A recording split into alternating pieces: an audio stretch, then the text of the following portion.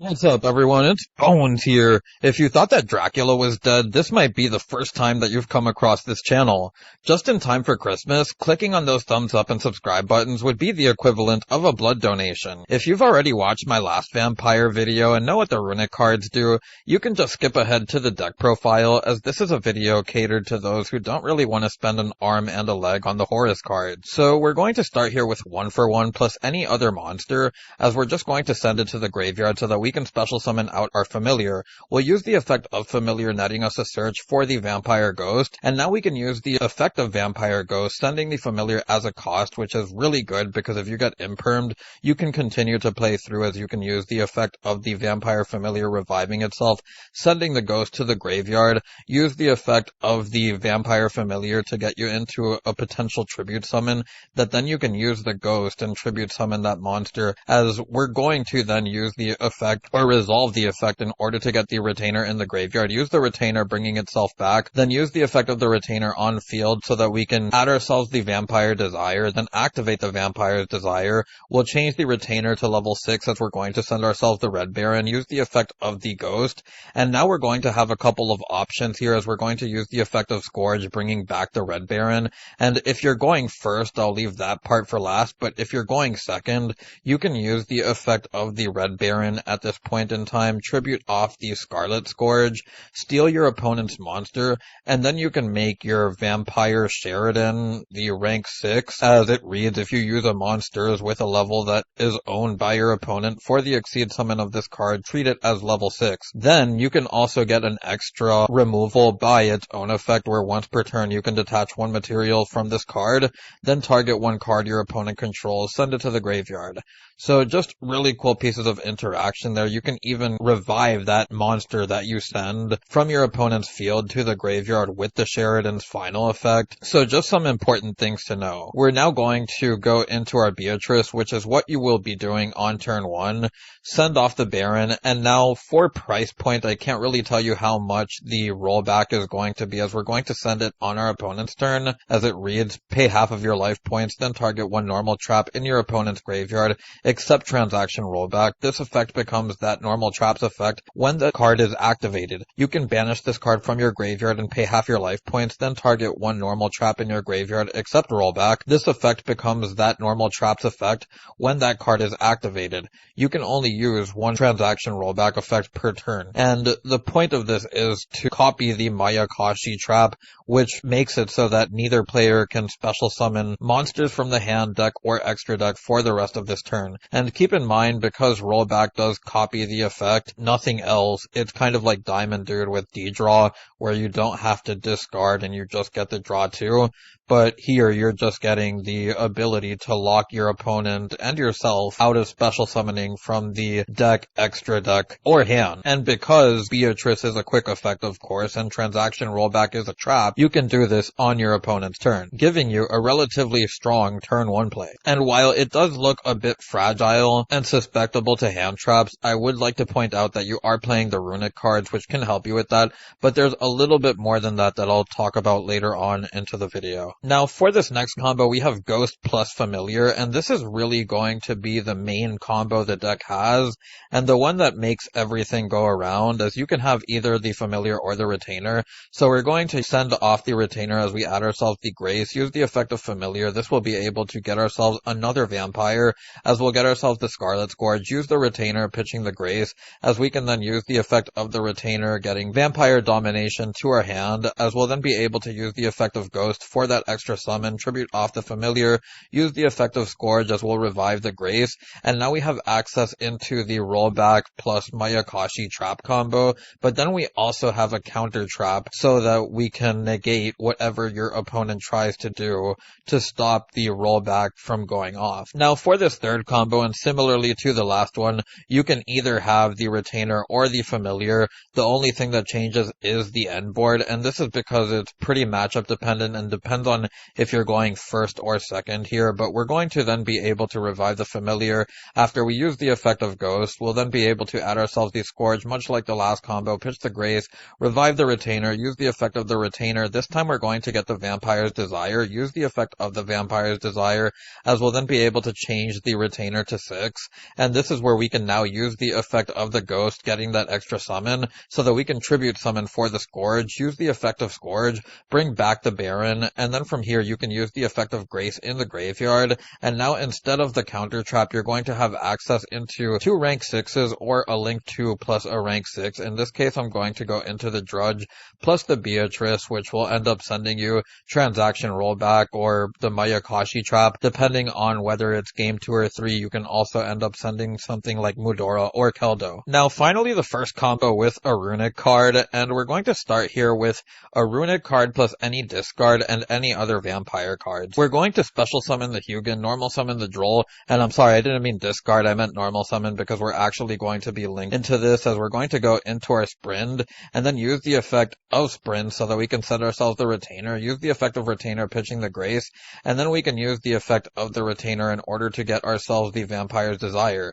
Now we can go into our Gigantic Sprite, use the effect of the Gigantic Sprite to get ourselves the Ibli, and then we can link away into IP, you can link away into SP, depends on what you want to go into, and then you can use the effect of Ibli locking your opponent.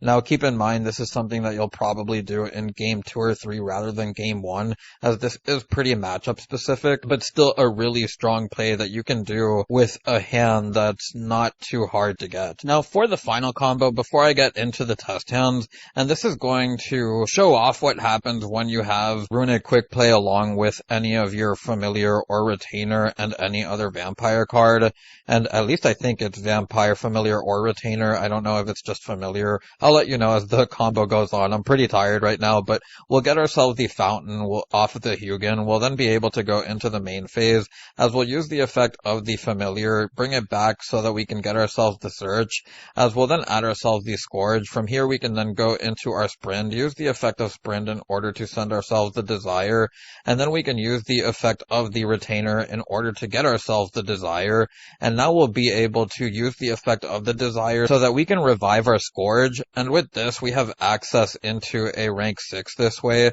Now keep in mind, you won't be able to get the counter trap to protect the Beatrice here, but the entire point of this is to show how to play some of your more awkward hands when you have those Runick cards, as if you do plan on playing this deck, it's one of the important things that you may want to know. Onto the test hand, and if I'm being honest, I really couldn't find any type of test hands that I really wanted to get too deep into outside of the all gas ones. If they aren't all gas, they're extremely simplistic. If you don't fully brick, it's just going to be activate a Runick Quick Play, maybe play Runick the deck, or maybe you're just playing vampires like the combos I showed before, and it's just not something that I want to waste your time on. So we're going to start here with the Freezing Curse in order to get ourselves the Hugin, use the effect of the Hugin, pitching the Grace.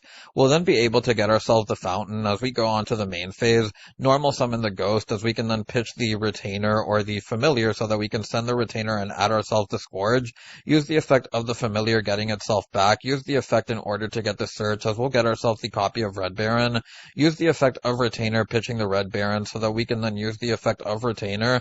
This will be able to get us the Vampire Domination, as we'll then be able to use the Ghost for the extra normal summon, as we'll then be able to get ourselves the Scourge effect as we tribute off the Familiar, bring back the Baron so that we can use the effect of the Grace in the graveyard, and from here there's going to be options that you have, as the first one is going to be to go into Beatrice, use the effect in order to get yourself the Mayakashi trap in the graveyard. Of course, you can wait until the end phase to do that if you want to play around something like Valor, but I'm just doing it to get it out of the way, as from here we'll then be able to go into our IP. You can go into SP as well if you would like to. You can also end up keeping the Baron over the Retainer if you want more attack points, or you can even go into a rank 2 with the Hugin and the Retainer, keep the level 6 for the Domination, and then have the Slumber draw 2. As you'll see, we're going to end up drawing the 2 fake traps that I just put into the deck so that they're just random. But anyways, after we get the random cards, we're going to set the Vampire Domination, and we'll end our turn on that. I'm editing this hand in because I know that I said that most other hands were simplistic and not worth the time showing, but this is one of the rare occasions where I actually did find a hand not as straightforward as other ones may be. So we're going to start here by activating the tip. We're going to special special summon out Hugin, use the effect of Hugin pitching the familiar, search ourselves the fountain, as then we'll be able to go into the main phase. From here we can then use the effect of familiar pitching the retainer, use the effect of familiar on the field in order to search ourselves the Scarlet Scourge. We can't send the vampire familiar to the graveyard and don't have any other vampire card in our hand, so that's why we didn't go for the ghost. Instead, we're just going to tribute summon for the Scourge, revive the retainer, and then the retainer will give us the ability to get a search for a vampire spell or trap. Now, you can either get the domination, or you can get yourself into the desire if you want to change the retainer to level 6 and go into a rank 6. Otherwise, you can set the domination, keep the Scourge on field, go into the SP Little Knight, activate the fountain, and from here you can pass your turn on an Omni Negate or a rank 6, along with the Hugin or the SP Little Knight and your Runick Quick Play. So with all of the combos out of the way, we can get onto the deck profile, and the first thing that you'll probably notice is how we have the transaction rollback package in the side deck. The reason being is that you don't want to draw it off of the Runick Quick Plays, especially when you're going second. You don't want to open them either, as you're already playing some of the level 6s. You have Mudora, which can also be pretty bad going second, depending on the matchup. That said, having the ability to just side them in for games 2 and 3 when the Vampire Ghost plus really any other vampire card can get you into Beatrice is really nice. Having the ability to play stuff like the Runick Quick Plays in order to discard your vampires is also kind of nice, because you can just play through hand traps this way, which is one of the reasons why you also see that we're still on the econ and why I don't play another hand trap in place of it. Just being able to potentially tribute off your ghost and still resolve that effect anyway can be huge, especially since Ghost grants you the ability to get that extra normal summon, and then you have the extra capabilities of being able to special summon out a Runick Fusion monster from your extra deck via one of the Runick Quick Plays, and then tribute it off for one of your level 6s. And another cool thing I would like to point out about Enemy Controller is that with the Red Baron, it's really not that hard to get it on field, though it kind of does suck if you open it unless you're discarding it for your Vampire Ghost or just one of your Runick Quick Plays, or even 1-for-1. But for that matter, the really cool thing is that when you get it on field, whether it be off Scourge for example, you can tribute off the Scourge, steal an opponent's monster, then Enemy Controller whatever you stole, steal another opponent's monster, then go into your Sheridan, use the effect of Sheridan. Sheridan will grant you the ability to send yet another card from their field to the graveyard,